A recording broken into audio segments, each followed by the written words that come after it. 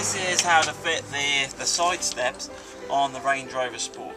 So these are the side steps, and as you'll see, these are very similar to the factory ones where you've got this sort of gap here which lines up with this, and you've got the curved shape. So when they're fitted, they fit nicely up under there. So let's have a look at the kit and what you get in the kit. So in the kit we've got the 2 steps, as you'd imagine. We've got the fitting bolts. Now these are an important part. These, in some kits, we do 2 types of kit, and these are the sill steps. So when you open the door on the car, you've got this plastic cover here, and you do need to cut this. But some of our kits come with the pre-cut ones, so you don't actually have to cut anything on the car. You just take those off, throw them away, and fit these. So we've got 2 of these pre-cut sill sections, and then you've got these metal brackets that fit up underneath and form the outriggers. Okay, so that's the kit. So let's look at what the first step in doing this is. So the first step is to get the plastic panel off that we saw over there, the sill step.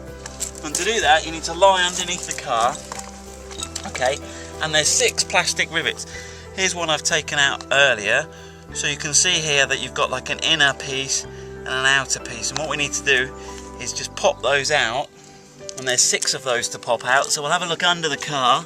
I'm not sure what you'll be able to see in the light, but what you've got here is these are fitted in these indentations here.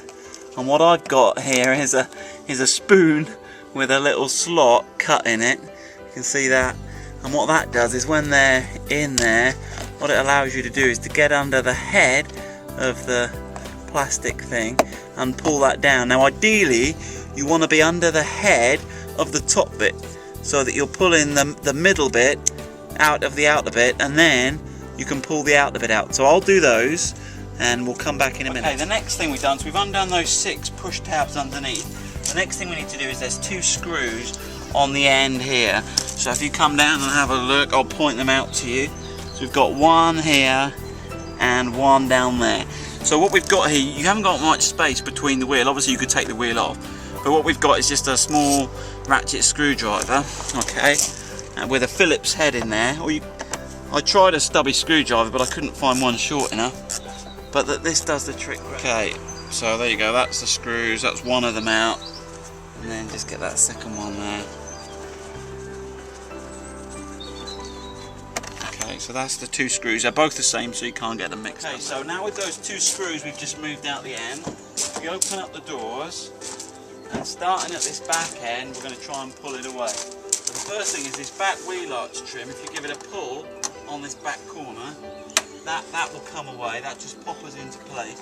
You'll often get some mud come out. And then if you start on this back, pull it down, push this down slightly, okay, and that will release some of the clip. And then what you've got to do is just work it along, and there's these little popper clips here. If you come in closer, you can see these yellow popper clips.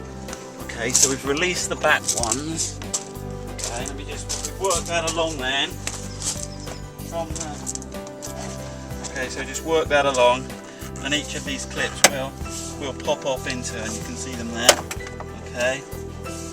Okay, and then you can just pull that. It's clipped in at the front, but this will just pull out. You've got to pull it backwards out. There we go. That's one of them released. Okay, that's the second. So let me show you what we've got there. So we've got these little docking stations here, along here. On the bit I was just pulling out the front of these 2 little lips that stand in. So this one here, you need to cut this one if you haven't got the pre-cut seals. So let's just show you the 2 of them next to each other. Let's have a look. I've put these 2. Obviously these are the opposite sides, but what this gives you an idea is where you need to cut. So it's quite simple actually to cut these areas out here. Okay, so if you get a video of that from on top, you'll get a good idea of where you need to cut them out. But obviously if you can get the set with the pre-cut seals, that does save you a lot of time. Okay? Right, the next thing we need to do is to swap all the clips over. So let's work with the right one of these. Okay, so all the clips that we have on here, these little white bits, we need to push these out and slot them in to the new one. So they just push in and do that. Okay, so we'll do that. Okay, the next thing we need to do is get the brackets ready. So what I've got here is I've got the brackets. So these are in order. So this is the front bracket, the middle bracket and the rear bracket. Quick way, where it's got one hole in this top bit, that's the front. Where it's got two holes here, that's the middle. And where it's got three holes, 1, 2, 3, that's the rear.